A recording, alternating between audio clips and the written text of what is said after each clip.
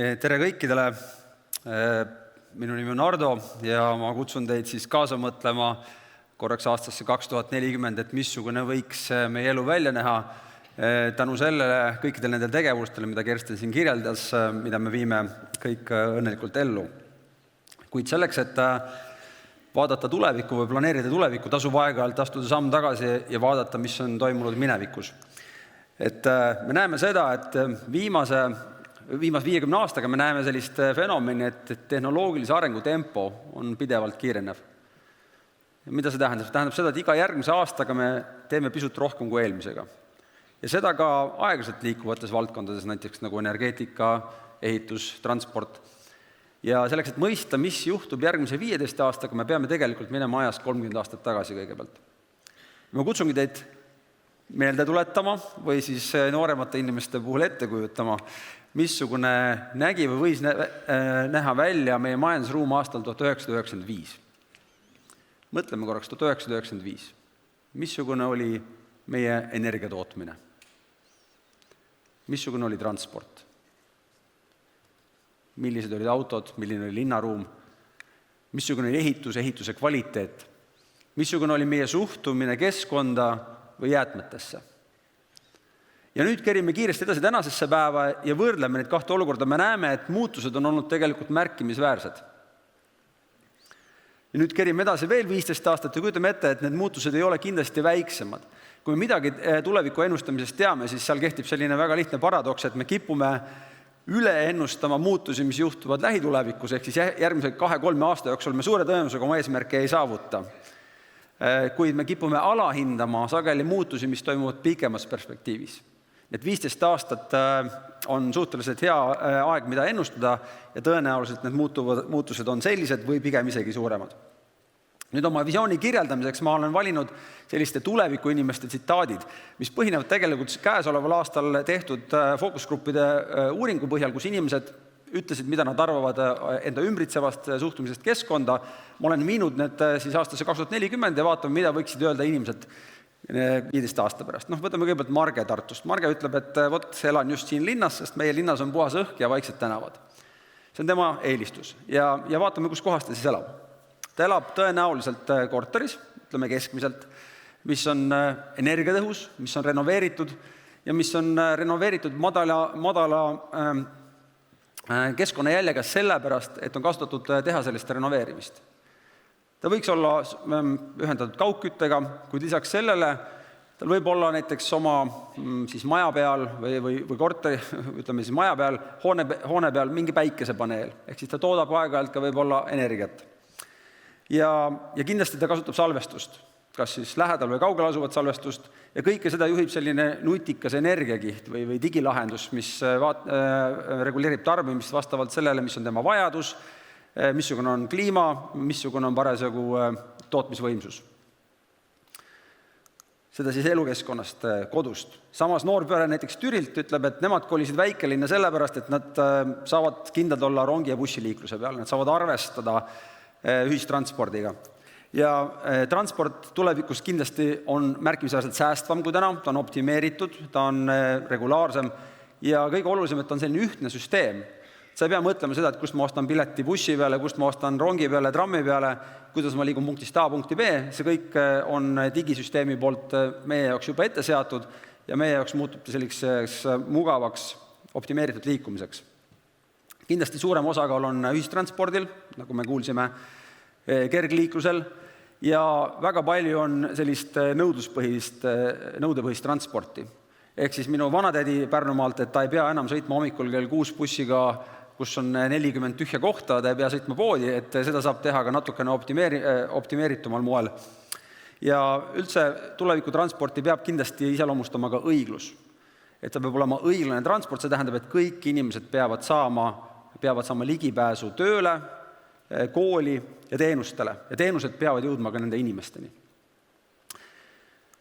Nii, ja vaatame edasi. Jüri Lääne-Virumaalt näiteks tema ütleb seda, et tuuleenergia on hea, et talle meeldib, et teda kaasati enne projekti alustamist, mitte öeldud, et lihtsalt siia tuleb tuulepark.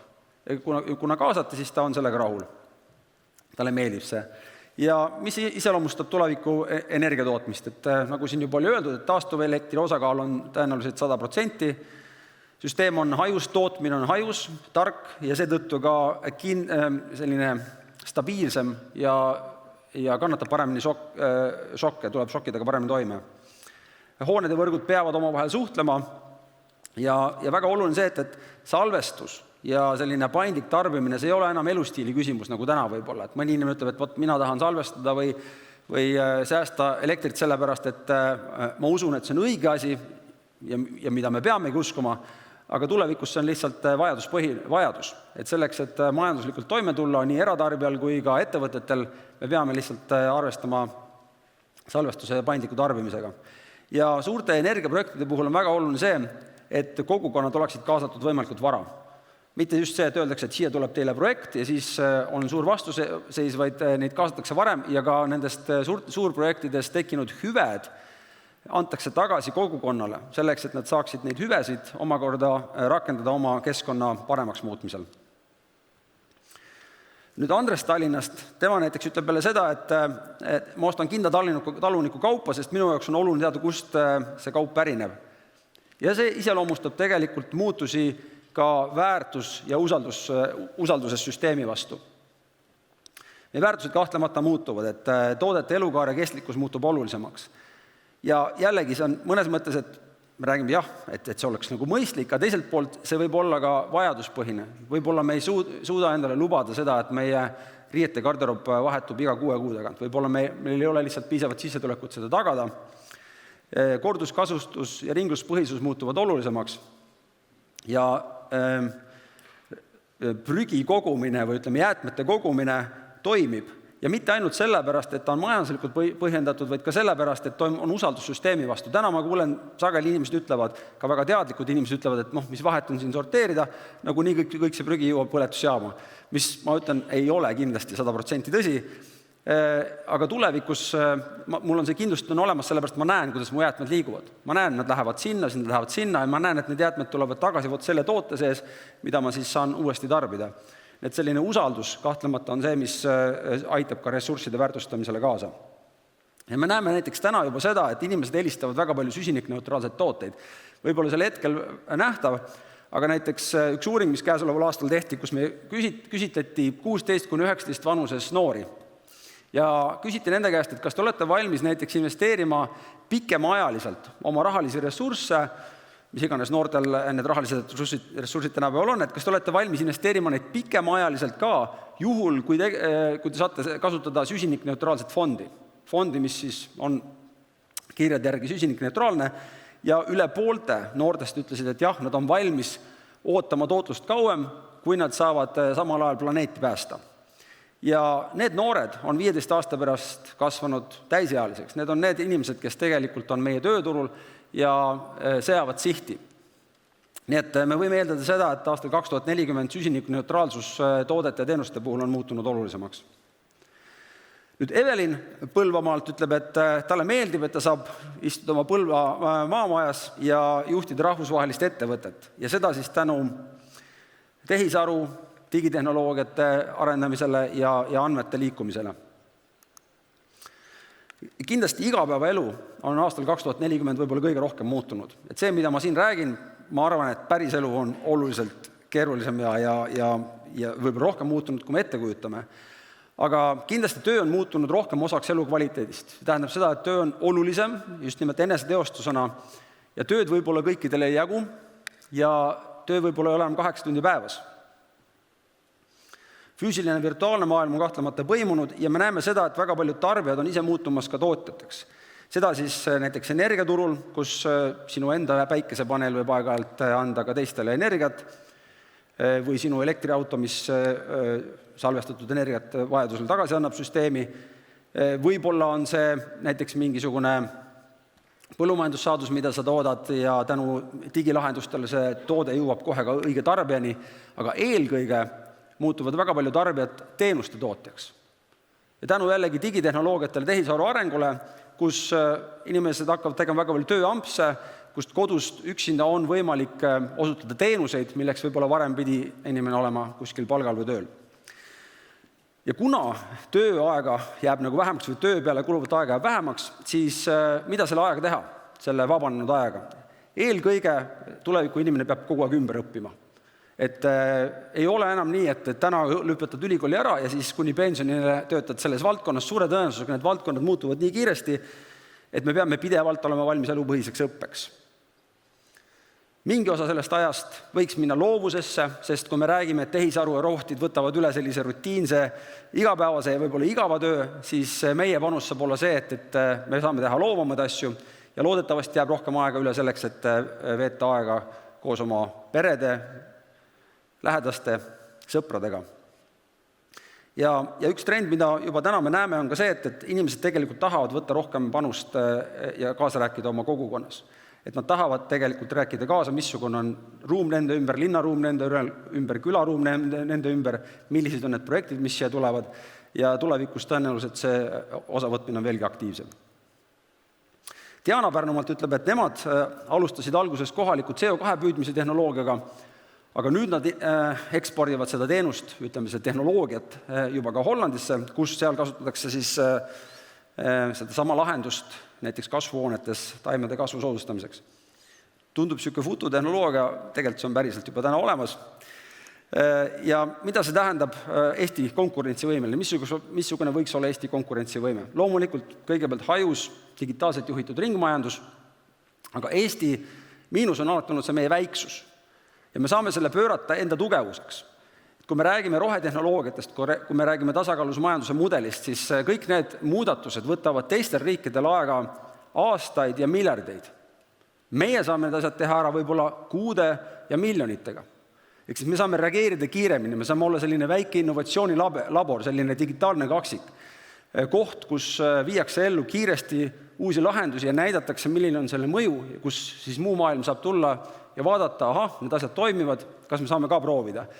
Ja me teame, et see toimib sellepärast, et digimaailmas täpselt seda me tegimegi. Me õigeaegselt investeerisime digitehnoloogiatesse, sellest on kasvanud välja suur IT-sektor, mis tänapäeval on väga tugeva ekspordipotentsiaaliga. Ja täpselt sama me võiksime teha näiteks rohetehnoloogiatega. Mitte mingit takistust selleks ei ole. Et Eesti võiks olla tulevikus maailma jaoks selline toimiv tasakaalus majanduse mudel, kust saavad teised õppida. Ja kokkuvõttes, missugune on tasakaalus majandus aastal 2040? Et visioonidokumendis ma olen öelnud, et tasakaalus majandus on nagu elav organism, nagu elav ökosüsteem, kus kõik osad omavahel peavad koostöös toimima. Et nagu ka inimese organismis, et kui üks organ jääb teistest maha, siis teised peavad tegema topelt tööd ja kogu organism ei tunne ennast väga hästi. Tasakaalus majandus toimib ainult siis, kui kõik sektorid, kõik osapooled toimivad üheskoos. Ja missugune siis välja näeb, et meil peab olema siis võimalikult puhas ja hajus energia tootmine, süsinikuvaba, optimeeritud, efektiivne transport, inimene ja loodus, nagu siin juba öeldud, peavad toimima ruumis kooskõlas, pikaajaliselt ei ole muud moodi lihtsalt võimalik ja materjalid on võimalikult palju ringluses. Need on need sellised iseloomustavad faktorid, mis iseloomustavad tasakaalus majandust aastal 2040. Aga kuidas siis sinna jõuda?